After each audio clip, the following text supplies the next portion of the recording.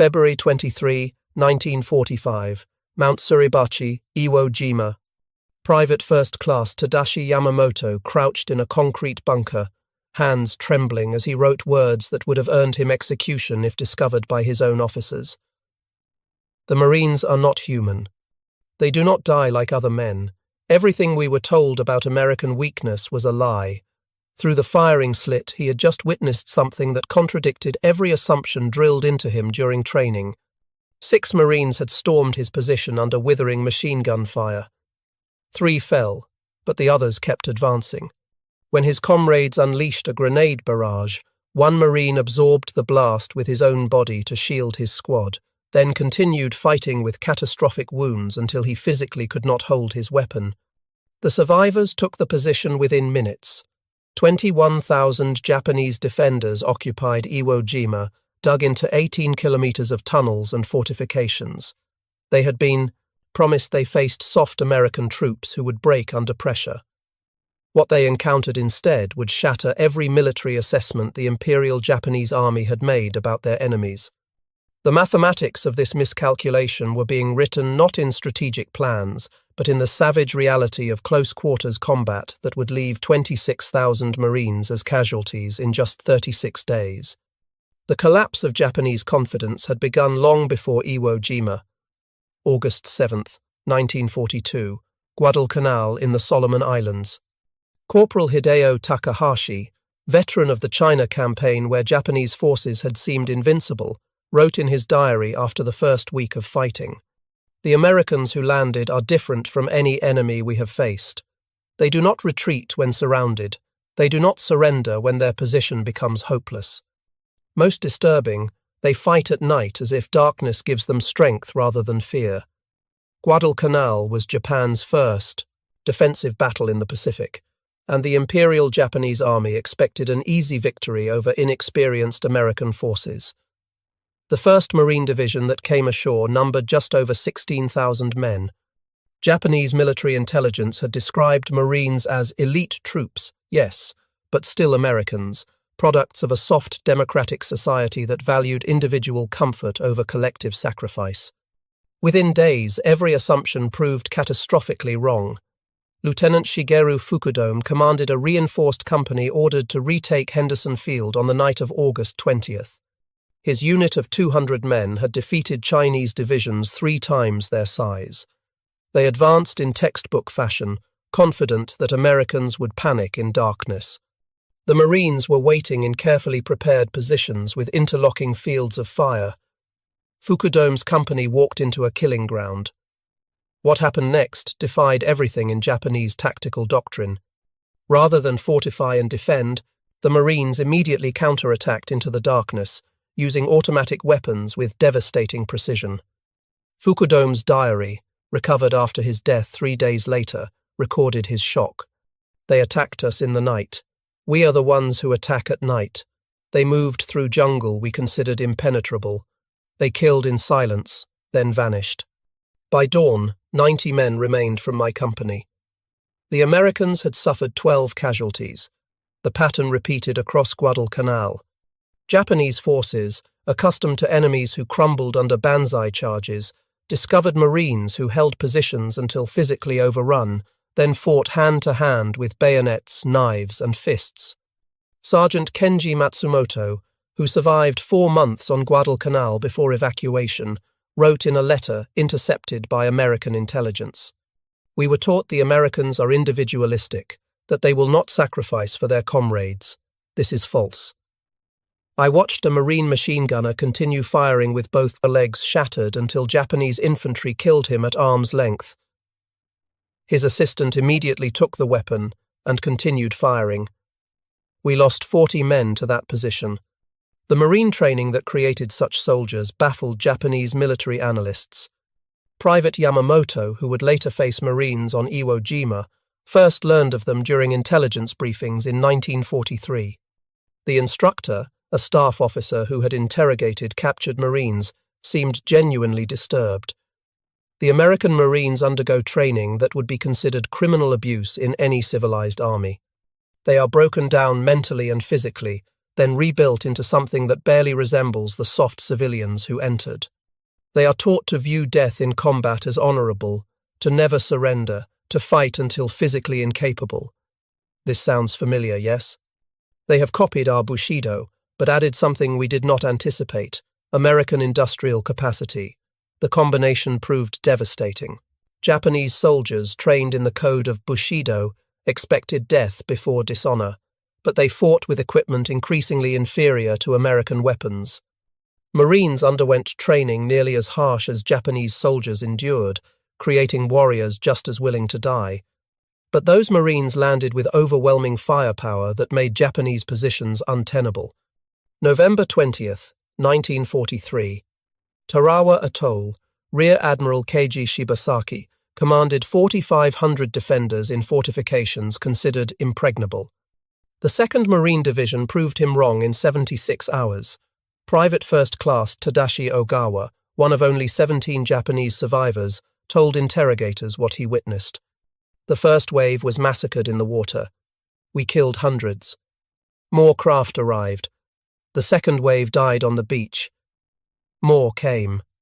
The third wave reached our positions with flamethrowers. They did not stop until we were dead, or they were. The mathematics were brutal. Nearly 6,400 men died on Tarawa in 76 hours. The Marines who survived had demonstrated they would take any objective regardless of cost.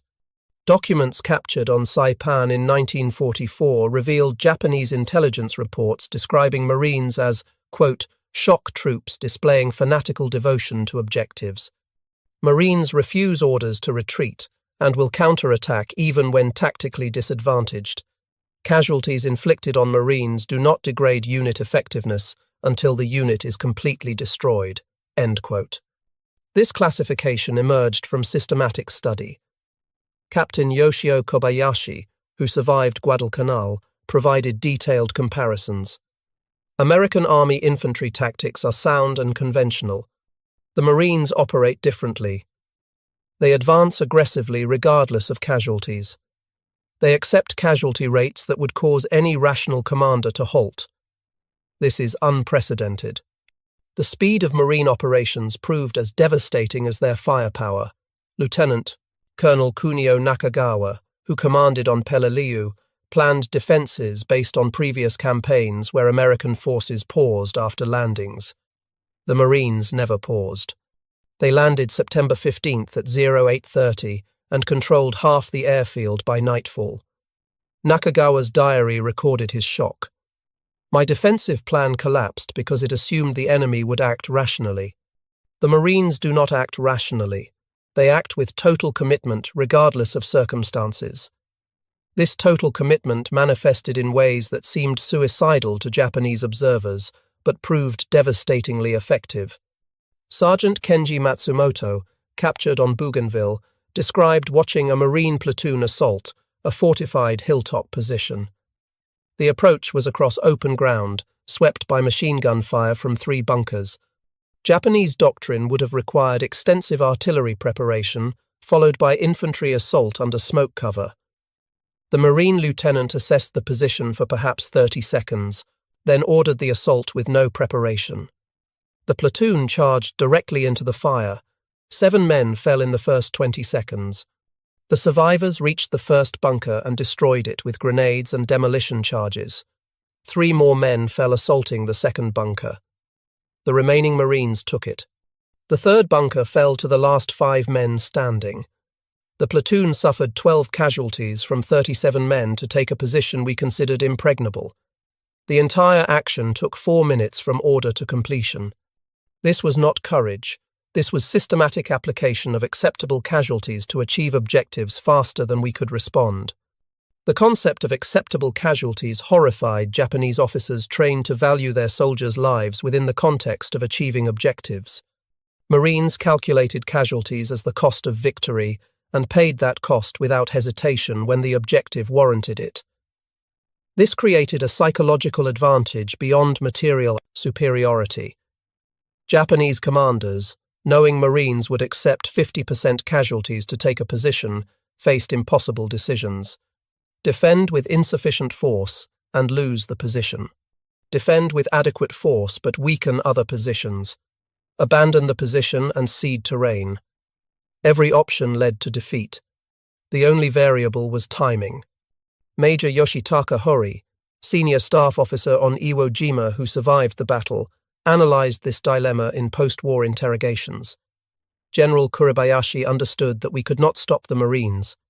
Our defenses were designed to delay them and inflict maximum casualties. We succeeded brilliantly at inflicting casualties. Over 20,000 Marines were killed or wounded in 36 days. This would have destroyed any other military force's ability to continue offensive operations.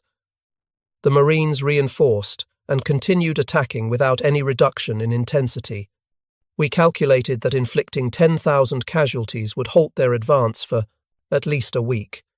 They suffered 10,000 casualties in the first week, and their advance never slowed. This revealed the fundamental imbalance. They could replace casualties faster than we could. They had 50 Marine divisions in the Pacific Theater or training in the United States. We had finite defenders on each island. Mathematics dictated our defeat. The mathematics extended beyond simple manpower. Marines landed with logistical support that enabled sustained operations at intensities Japanese forces could not match. Second Lieutenant Toshio Yamamoto, captured on Saipan, witnessed the contrast firsthand during a nighttime infiltration. I led a patrol to observe American positions 3 days after their landing. We expected to find exhausted troops with limited supplies, as Japanese forces would have been after 3 days of intense combat on a contested beachhead. Instead, we found Marines eating hot food, receiving ammunition resupply by truck, with medical tents treating taumaturm, wounded, and rest areas where units rotated off the line. Their supply dumps contained more ammunition than my entire regiment possessed. They had mobile kitchens preparing fresh meals. They had portable showers and laundry facilities. They were fighting the most intense battle of the Pacific War and living better than we did in garrison.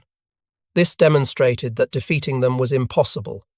They would never run out of food, ammunition, medicine, or replacements. We would. The relentless American logistics created a form of attrition warfare that favored Marines despite higher initial casualties. Japanese defenders fought from fixed positions with limited supplies and no reinforcement. Every casualty was permanent. Every round of ammunition expended could not be replaced. Marines fought from an expanding beachhead with supplies arriving daily by ship and air. Casualties were evacuated and replaced. Ammunition was unlimited. The longer a battle lasted, the weaker Japanese defenders became while Marines grew stronger. This dynamic proved decisive on Peleliu, where Colonel Nakagawa's defense lasted from September 15th to November 27th. 1st Marine Division suffered such heavy casualties that it was withdrawn and replaced by elements of 81st Infantry Division in October. A 2nd Marine Division continued operations until Army units relieved them. The battle that Japanese planners expected to last 1 week lasted 11 weeks. Japanese defenders inflicted over 10,000 American casualties, but the Americans could afford those losses and continue attacking. Japan could not afford to defend every island at such cost. The arithmetic was unsustainable. The unsustainability became clear to Japanese military leadership by mid-1944. Intelligence summaries distributed to garrison commanders acknowledged that Marines could not be stopped, only delayed. One document, captured on Tinian, provided guidance that revealed complete abandonment of any hope for victory. When defending against Marine assault, do not expect to hold positions indefinitely. The objective is to delay the American advance sufficiently to enable other strategic objectives. Each day of resistance is valuable. Each Marine killed or wounded is valuable. But understand that the position will fall. Prepare accordingly. Stock positions with maximum ammunition, create redundant defensive positions, plan to fall back in stages. Accept that you will likely die in the defense.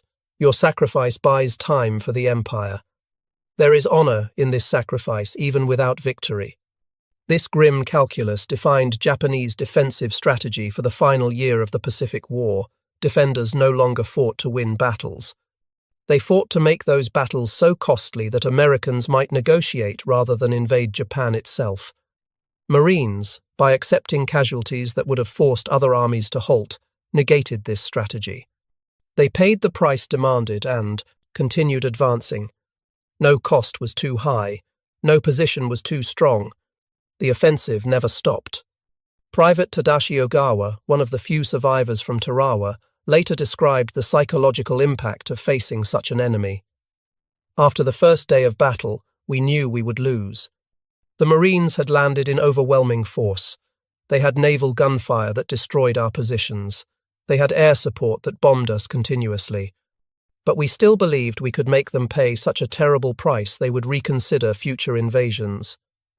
Then we watched them continue attacking despite horrific casualties. They walked through machine gun fire that killed dozens. More Marines came behind them. We killed them too. More came. We fought for 3 days with absolute commitment. We inflicted thousands of casualties. We died almost to the last man, and the Marines took Tarawa on schedule. They paid the price we demanded and continued their advance across the Pacific. That was when we understood the war was lost.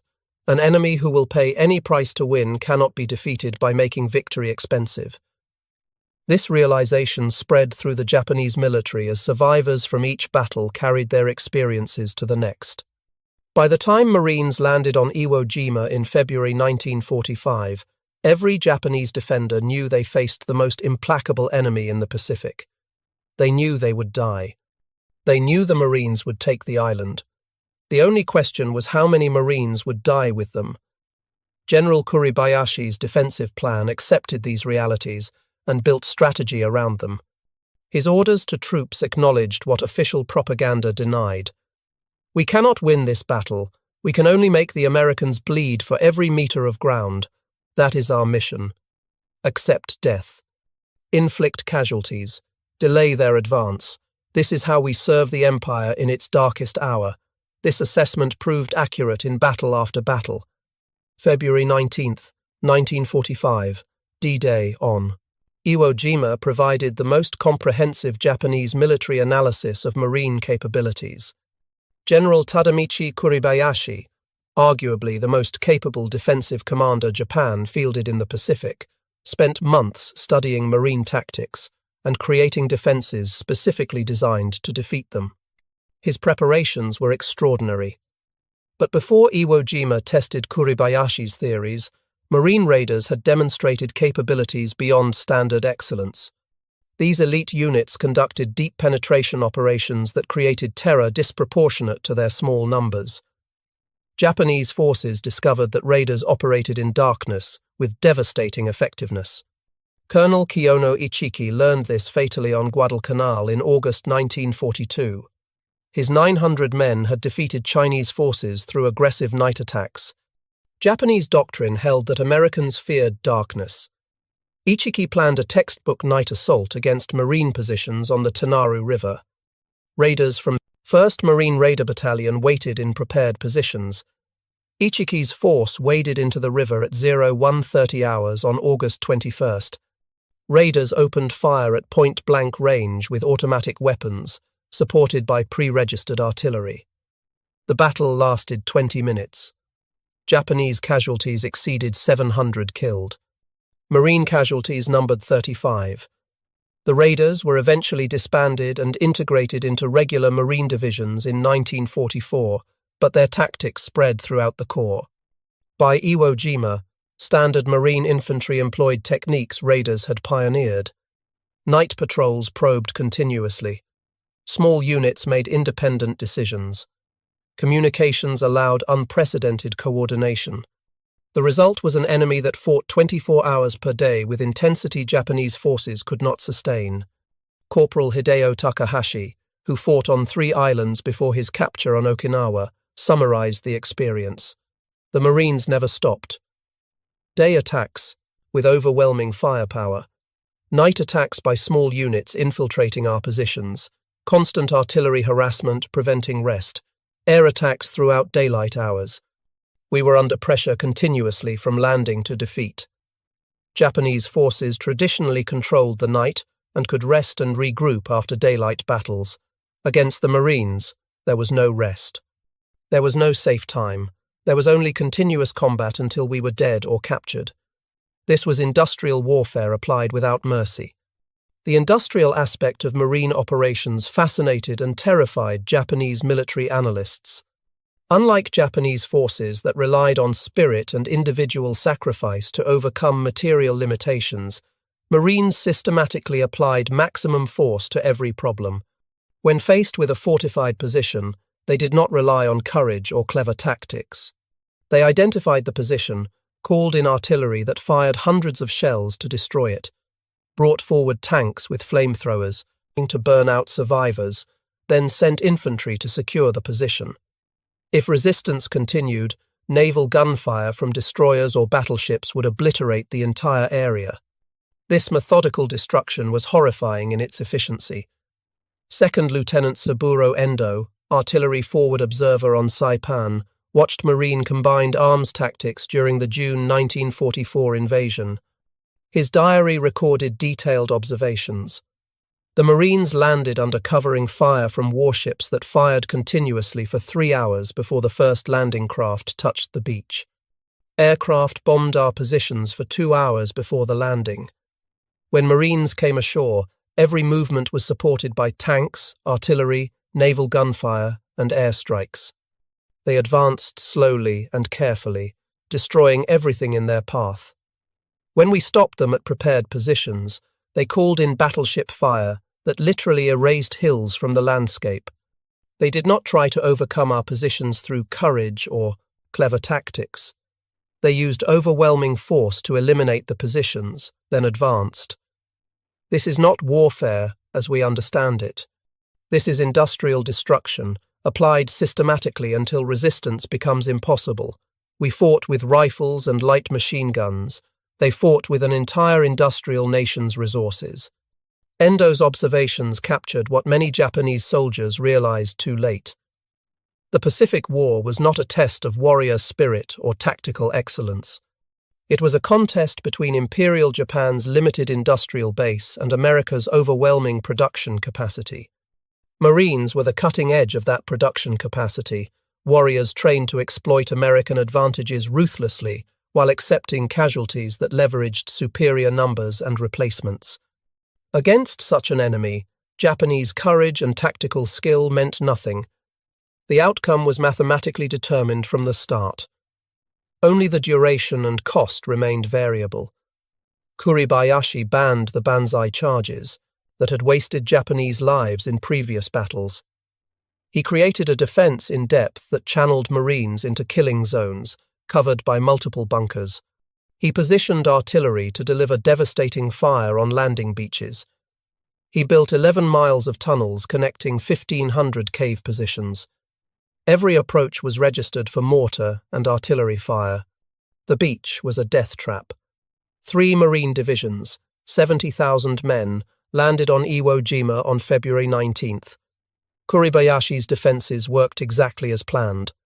Naval bombardment barely scratched the fortifications.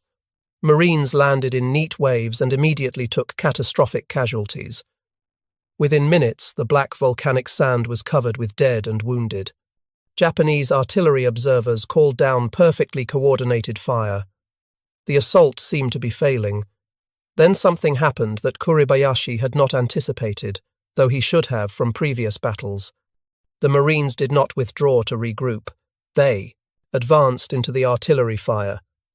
They found the gaps between Japanese positions and exploited them. When bunkers stopped the advance, demolition teams crawled forward under fire to destroy them. When those teams died, other Marines took their place. The attack never stopped. Private First Class Tadashi Yamamoto watched from his bunker as Marines assaulted the position to his right. His diary records the incomprehension Japanese defenders felt. A Marine flamethrower team approached the bunker. We killed the operator. His assistant picked up the weapon and continued. We killed him. A third Marine took the weapon. We wounded him severely. He continued firing until the weapon was empty. Then he threw grenades into the firing ports until we killed him. By then, demolition engineers had reached the bunker entrance. The position was lost. This happened 30 times in the first hour. How do you defeat men who will not stop? The answer, as Japanese defenders discovered, was that you could not. The brutal arithmetic of Iwo Jima demonstrated Marine doctrine in its purest form. 70,000 Marines landed, 26,000 became casualties, including nearly 7,000 killed. But all 21,000 Japanese defenders died except for 1,016 who were captured, most because they were unconscious or too wounded to resist.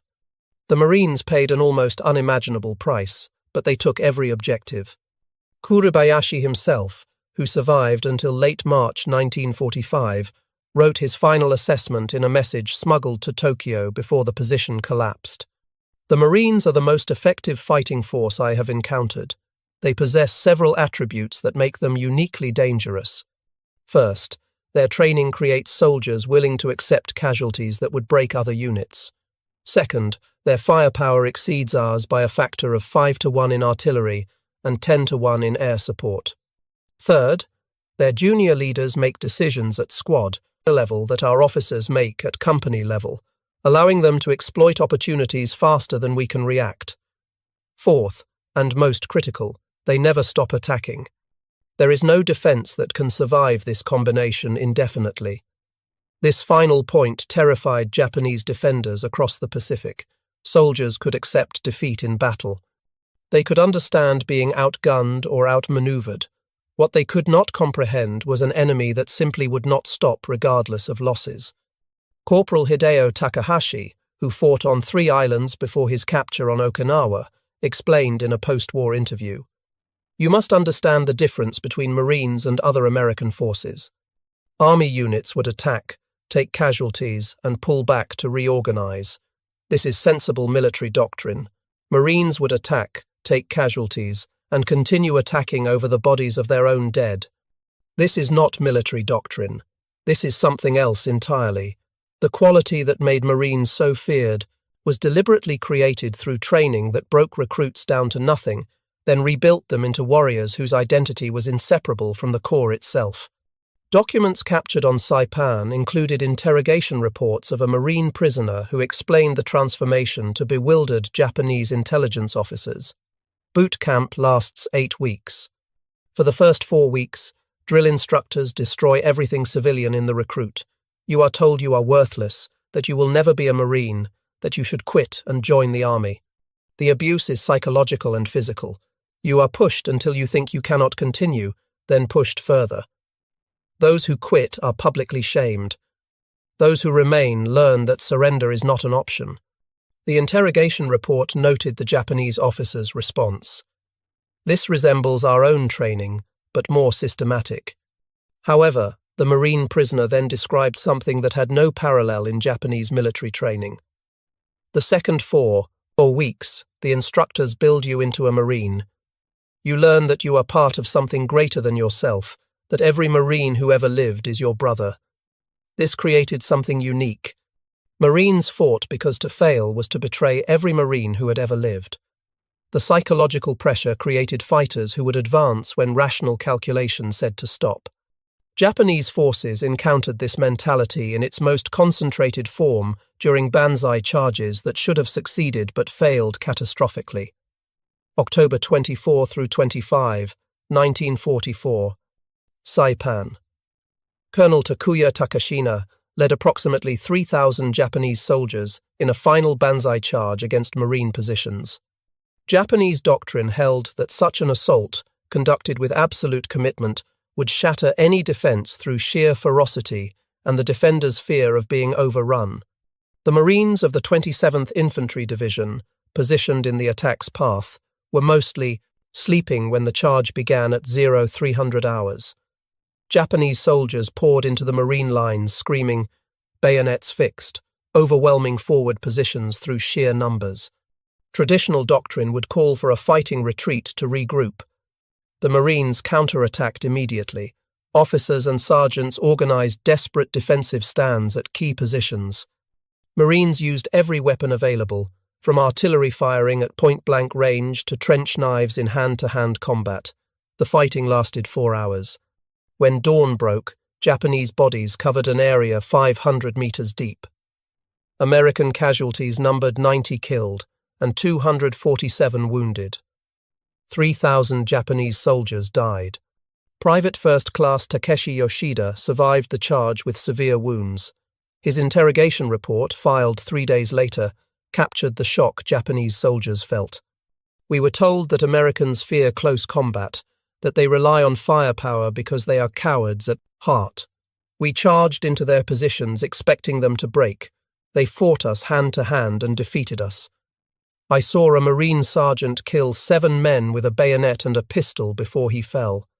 This is not cowardice. We were lied to. The lies extended to every aspect of Marine capabilities. Japanese propaganda had spent years describing Americans as soft, individualistic people who could not withstand hardship. Marines sleeping in foxholes filled with water, eating cold rations for weeks, fighting in 100-degree heat with 80% humidity, contradicted those claims. Japanese soldiers, supposedly trained for hardship, watched Marines thrive in conditions that taxed Japanese endurance to its limits. Corporal Kenji Matsumoto, who survived Guadalcanal before transfer to Bougainville, where he was captured in February 1944, described the contrast in conditions. We were on reduced rations by September 1942, rice twice per day, sometimes less. We supplemented with anything edible we could find in the jungle.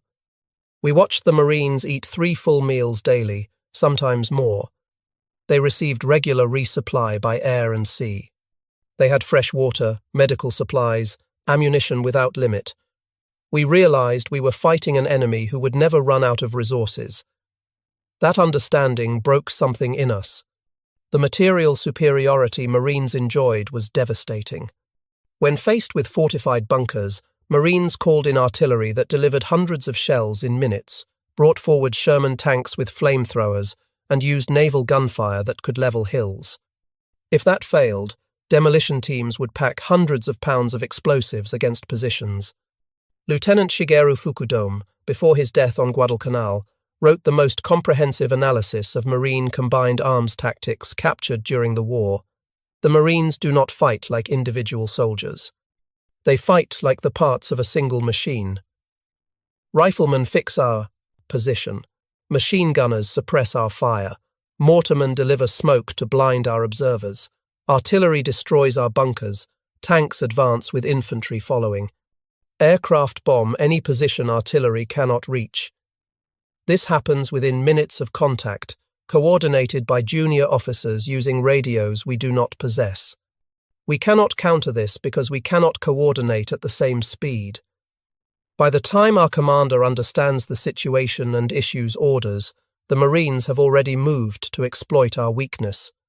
This speed of execution was possible because Marines delegated authority to the lowest possible level. Sergeants made decisions that Japanese doctrine reserved for captains.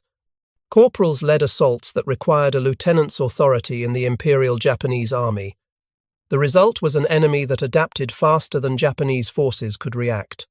When a bunker stopped a Marine advance, a sergeant would immediately redirect the attack through a different approach while calling in, supporting fire, all without waiting for orders from above. Japanese defenders often found themselves fighting enemies who appeared in unexpected directions because Marines had identified and exploited weaknesses before Japanese commanders recognized they existed. The most feared Marine weapon was not rifles or artillery, it was the flamethrower. Japanese soldiers, trained to die honorably in combat, discovered that flamethrowers offered no honorable death. Corporal Hideo Takahashi, captured on Okinawa, with burns covering 40% of his body, described the psychological impact. We were taught to accept death in battle as glorious. Death by bullets, bayonets, artillery, these are warriors' deaths. Fire is something different. You watch flames approach your position, you smell comrades burning alive. You hear the screaming. There is no glory in this death. It is industrial slaughter. This is what the Marines understood that we did not. Modern war has no place for glory. It is about killing the enemy as efficiently as possible, using the best tools available. This realization came too late for most Japanese defenders. By 1944, every Japanese soldier in the Pacific knew that facing Marines meant facing the most lethal combination of training, equipment, and doctrine the Americans possessed. Intelligence reports distributed to garrison forces described Marines with a mixture of respect and dread that bordered on superstition.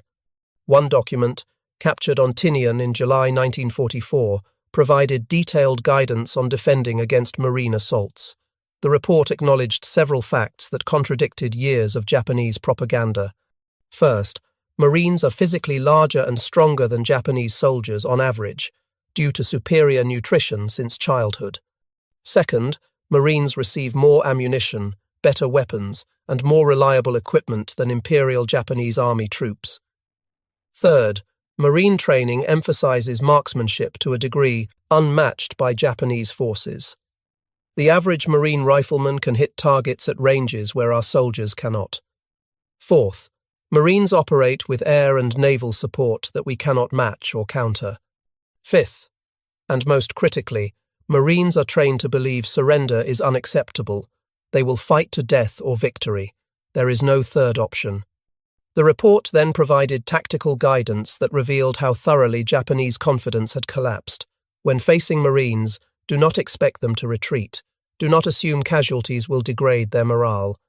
Do not believe superiority in numbers provides an advantage, as their firepower negates numerical superiority. Do not attempt banzai charges unless no other option exists, as Marines will slaughter charging troops with automatic weapons and artillery. Do not expect them to fear nighttime attacks, as they fight effectively in darkness. The only effective defense is prepared positions protected by interlocking fields of fire, with multiple fallback positions prepared in advance, and with the understanding that the position will eventually fall. The goal is not to stop the Marines, but to exact maximum casualties before the position is overrun. This defensive doctrine acknowledged reality but offered no path to victory. General Tadamichi Kuribayashi, preparing Iwo Jima's defences in early 1945, understood this perfectly. He wrote to his wife in January, 1 month before the invasion. "I am asked to defend Iwo Jima against American Marines. This is a mathematical problem with only one solution. The Marines will land with 70,000 men. They will have complete control of sea and air. They will bring unlimited ammunition and supplies. They will attack until Iwo Jima falls. My mission is not to defeat them, that is impossible. My mission is to make them pay such a terrible price that the Americans will reconsider invading the home islands. Every day I keep them fighting is a day the Empire has to prepare. Every Marine killed is one less enemy in the final battle." Kuribayashi's strategy reflected the evolution of Japanese defensive doctrine from confident aggression to desperate attrition. The Marines who landed on Iwo Jima on February 19th faced defenses designed not to repel them, but to bleed them in ways that would destroy American resolve. Every bunker was positioned to require direct assault. Every cave entrance was covered by multiple firing positions. Every meter of ground cost lives to take. The strategy failed because it misunderstood Marine culture. High casualties did not break Marine morale. They reinforced it. Every fallen Marine demanded vengeance. Every day of brutal combat strengthened survivors' determination to win. The worse the fighting became, the harder Marines fought. This was incomprehensible to Japanese military thinking, which assumed that even fanatical troops had a breaking point. Private First Class Tadashi Yamamoto, who survived until March 10th before dying in his bunker, wrote his final diary entry the night before. "Tomorrow the Marines will reach this position. We have killed hundreds of them in the past 3 weeks. More arrive every day. They do not weaken. They do not slow down. They do not stop. I thought our spirit was stronger than American materialism. I was wrong. The Marines have both spirit and material. They have courage equal to ours, combined with weapons and supplies we cannot match. They are what we claim to be. We are what we claimed they were. This is the truth we die knowing." His bunker was destroyed the next morning by a Marine demolition team after a 6-hour battle that killed all 11 defenders and wounded 3 Marines. The position delayed the Marine advance by exactly 40 minutes before being bypassed by other units that continued advancing while combat engineers reduced the bunker. This pattern repeated across Iwo Jima thousands of times. Japanese defenders fought with desperate courage, inflicting terrible casualties, achieving nothing except their own deaths. The campaign ended on March 26. The final statistics told the story of what happened when Marines fought the best defenses Japan could create. 21,000 Japanese defenders died. 1,016 surrendered, most because they were unconscious or physically incapable of resistance. The Marines suffered 26,000 casualties from 70,000 men committed. Nearly 40% casualties. Any other military force would have required months to recover. 3rd, 4th, and 5th Marine Divisions were back in action within 6 weeks. This ability to absorb casualties and continue fighting became the defining characteristic that most terrified Japanese defenders. Corporal Kenji Matsumoto, imprisoned in Hawaii after his capture, explained in a 1946 interview what Japanese soldiers felt facing Marines. The worst part was knowing they would never stop. You could kill half a Marine unit, and the survivors would continue attacking. You could wound their leaders, and sergeants would take command. You could fight them to exhaustion, and they would attack again the next day. There was no way to win. You could only kill them until they killed you. That is not war. That is mutual annihilation. And the Marines had more men than we did. The American industrial capacity that produced waves of replacement Marines astonished Japanese military planners. Intelligence reports from late 1944 noted that Marine divisions suffered 75% casualties on Peleliu in September 1944, then returned to full strength within 3 months. Those replacements landed on Iwo Jima in February and fought with the same effectiveness as veterans. This ability to regenerate defeated units was beyond Japanese capability. The Imperial Japanese Army had no comparable training system, no replacement pipeline that could maintain unit quality while absorbing catastrophic losses. American efficiency extended to every aspect of Marine operations.